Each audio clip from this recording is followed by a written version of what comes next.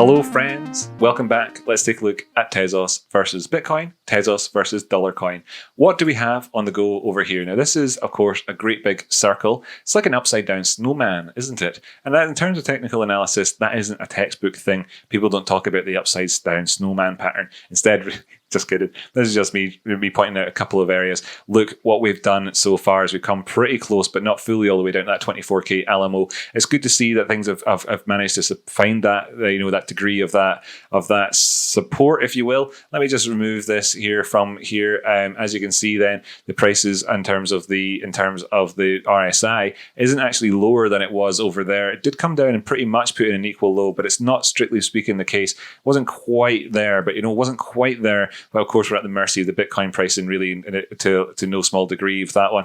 Could we consider that to be pretty much bullishly divergent? Maybe we could be, maybe we'll see things go down a little bit more over the next day or two. I'd look out for that though in terms of bullish divergence, in terms of this macro picture, looking between these two lows just here. In terms of these lows that we've got on the go on the way down here, then in fact there's no bullish divergence on the RSI up to this point, and we have swung down past this failure point of this orange line or yellow line here. But if we swing up past it again, then of course that would be quite bullish in a sense. So look out for that. But what about the stochastics? Well, you can see here for the last couple of lows, we actually do have bullish divergence over there on the stochastics. Maybe that's telling us something that the other oscillators aren't telling us. So the DMI, as you can see there, is certainly expanding away, but still, the ADX remains below 20, and we don't have that strength of trend yet. Now, I would get quite worried about the pricing if we see this move up beyond 20, especially on this 24-hour time frame. But right now, we're okay still just, and that's why I'm calling this an Alamo. Okay, of course, there's a lot more to American history than Ozzy Osbourne coming all the way over from Birmingham to America to piss on the Alamo.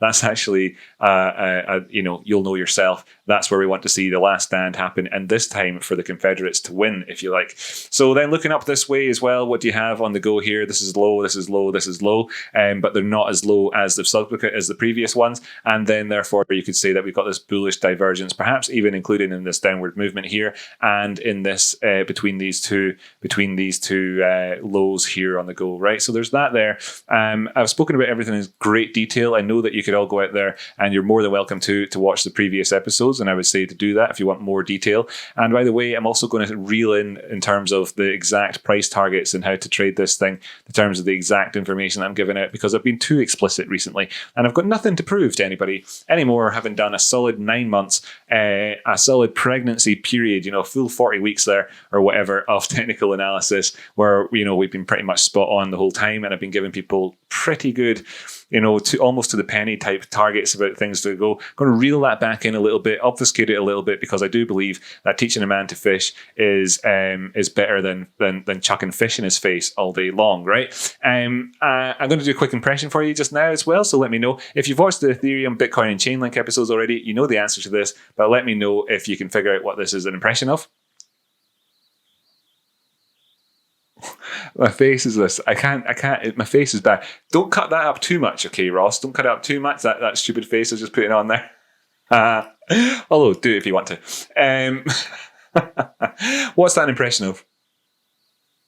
I think you probably get it. It's to do with the hair as well.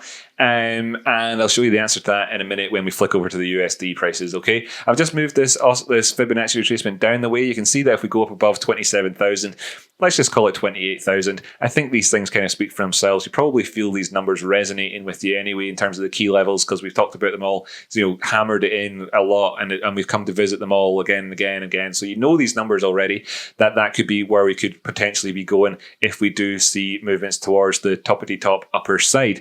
Now, of course, that maybe could be what could maybe lead to this happening, maybe further drop-offs in the Bitcoin pricing. But if the Bitcoin prices were to get a bounce in around those areas or whatever, maybe perhaps, we'd be looking for an increase in strength in the dollar pair. So I'll jump over and do the technical analysis of that just here in 2 seconds, but I'll give you the answer to that impression first, right?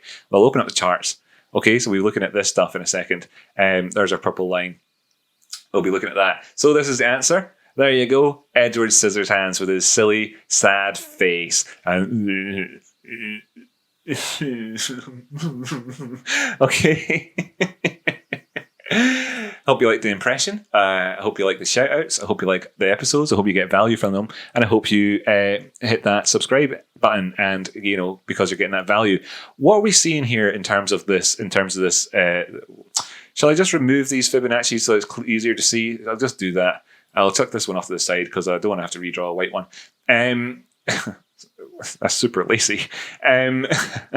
What do you see here in terms of this pitchfork? Okay, what can you tell about it? What do you see?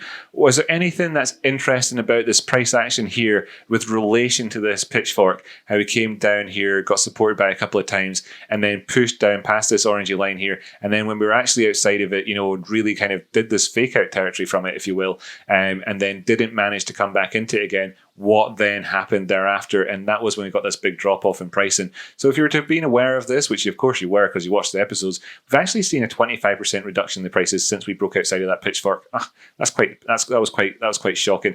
This has now come lower than the previous low over here, and as you can see, it is indeed also lower on the oscillator here. So that's actually not got that bullish divergence that you might have been wanting to see there between these 2 points, and that doesn't actually exist really on any of these oscillators down below, actually, as it is. But if we're looking back the way compared to the previous ones, yeah, we don't have any of that either, apart perhaps from on the stochastics. In fact, the stochastics is bullishly divergent between these two lows, and that's between this low here.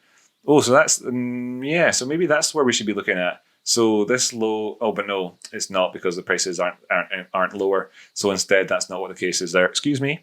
Cooly schmooly. So anyway, we've come all the way down here. Where could we go into next? Let's just kind of quickly get an idea about that by using this Fibonacci retracement tool here and bringing it into the bottom end again, and saying that if we go up above to the 236 there at $3.92, that's of course quite bullish. I think we all know that from the $3 I said there. I meant to say $2.82. I think we all know that from the recent past, as well, as you can see here in this interaction with the prices and the way that we had this failed head and shoulders in around about that 276 area. We came all the way down to the 242 target. I think I did speak about it. I'm not 100% sure, but I'm pretty sure I did, in terms of a subsequent further 10% drop off in prices if that were to be the case. And then we've come back up towards that 273 target, giving you actually a decent 10% move towards the top side had you been looking for that in this area here.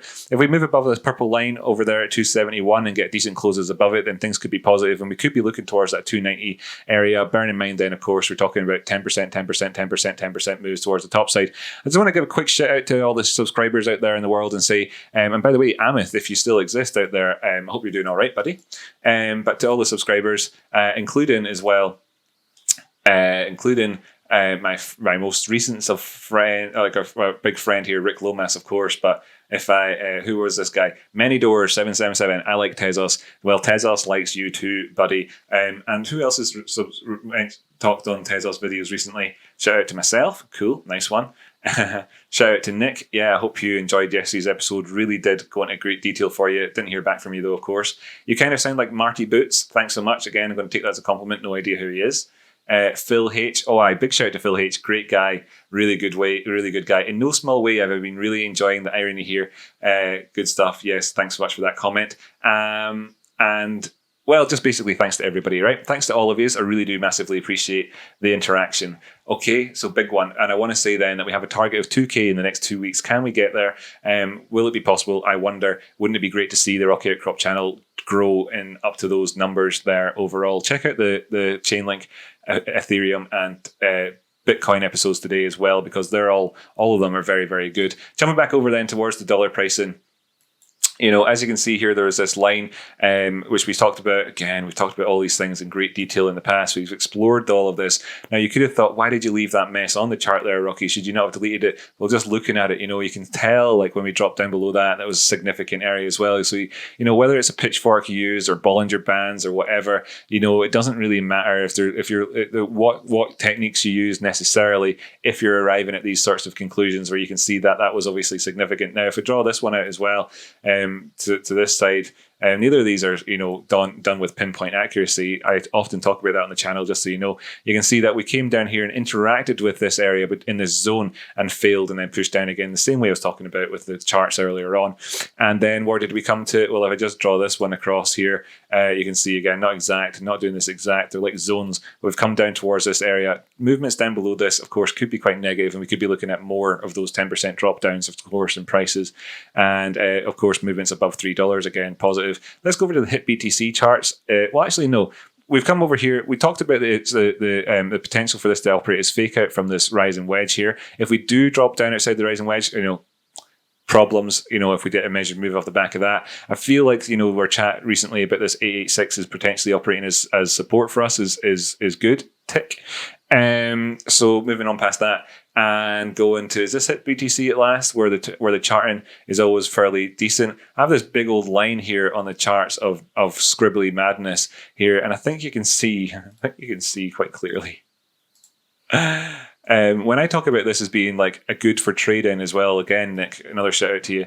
You can see why, right? Can you see why or not? Look at this, and it's not like it's like, oh wow, you got it on the dollar, Rocky. You're the most amazing technical analyst, trader guy in the world, which of course I am. I mean, look at that, right?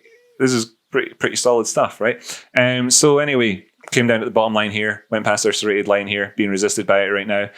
Targets 272, for instance, where we have, in terms of this chart, we're at 250 here at the minute. Remember, we're a good solid 12 or so cents down compared to the other charts. But that difference having dropped down, in terms of it's gone down by half. If the prices do drop down towards these $2 areas, that difference might completely disappear as well, just in terms of the sort of the way that that's contracting. Of course, that's not a prediction. That's just a possibility. Looking at this, then, if we see this come up here towards 272, that could be quite good. And then we could be going up towards that $3 target here. In terms of this chart, you might be looking up towards maybe perhaps the 336 area. We've come down to the 886, yada, yada, yada. So there's that. That's all very, very good. When we drop down below that price there, as you can see, we cascaded down in terms of the price action. This here being a descending triangle that we had a potential for a measured move off of. That if I just take over here and slap on there, then you can see that we've done this now. Is that enough? We have pushed on past it, but this is where the body's closed at. It's no coincidence to me when these things add up to be so perfect like that. This thing is traded, and it's traded with technical analysis as the fundamental, right? The fundamentals in TEZOS are technical analysis, right? That's what's going to dominate the price action more than any other individual factor, which is why you have to put that first, pretty much. I mean, that's, or you could say that the fundamentals are baked in, or you could say that it's all there in the chart. There's a million different ways of phrasing that, but that's a pretty good one. And yeah, cool. I could just leave off for now, but I'll go over and check out Ethereum and see how we've been doing. Now, Ethereum has managed to drop down. Well done, Ethereum. Lol. And that salvaged this in terms of, if you were to take these two lines here and just simply draw them out in terms of, if I were to just sort of get a parallel channel, right, to put in here and show you like the distance between them in terms of how this has been operating, and then stick it down here, you can see, look at how these things, these two, like the distance between them. And then if I stick it down here, you can see again. Now, it's not picture perfect, but it's pretty darn close, is it not? Well, then, of course, if you were to do that again or whatever, your downside target, like, look, and it's not like I practiced all this in advance or whatever, but you can see this coming in here, lining up with our little green smear on the charts. If this were to be the case towards the downside, maybe these are your further down areas to be looking out for. Maybe, maybe. But if they were to turn around, at what point could we say that things are getting positive again? Let's draw on a Fibonacci to do this with. In fact, I've already got one there. Sorry, don't need that.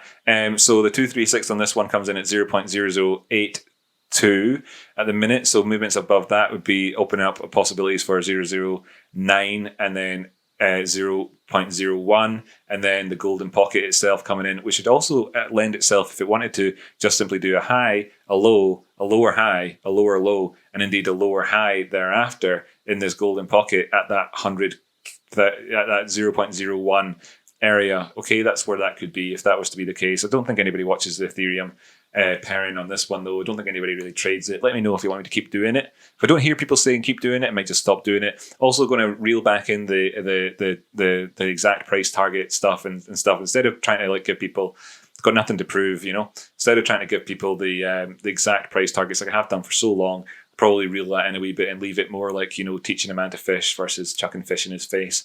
Like I said earlier, check out the other episodes, the Chainlink, Ethereum and TEZOS episodes, Chainlink, Ethereum and Bitcoin episodes, because they're all very, very good as well as ever. I hope you enjoy your weekend. I hope I've left you with enough information to be able to trade this over the weekend and to be successful with your trading. Maybe I haven't, maybe I really need to spell. This is again what I mean. I don't want to have to spell things out so much to people in terms of where, you know, we could be going next. Don't want to have to spell things out for people, so I'm going to avoid spelling it out for people where we could be going next if things don't turn around at these prices where we could be going next. It's a mystery to me. It's a mystery where it could be, you know, if we were to push on past it, where your next profit taking target would be if you haven't already taken all your profit already. Indeed, this is a decent enough area to be long in it in terms of low risk management, because you've got this area here. I'm not going to spell it out, but you've got this one here, which, you know, you could be managing your risk at if you were wanting to. And then, of course, if you wanted to be sort of less aggressive with the entry, you've got this area here. You've got this in terms of if you want to be quite unaggressive, or with your profit taking. Then you've got this one as well with your next one. That's all in HIT BTC, so you'll have to work out what those prices are where you're trading. Thanks so much for tuning in. 2K in 2 weeks, is it possible? Let me know. Thanks so much. I'll catch you next time.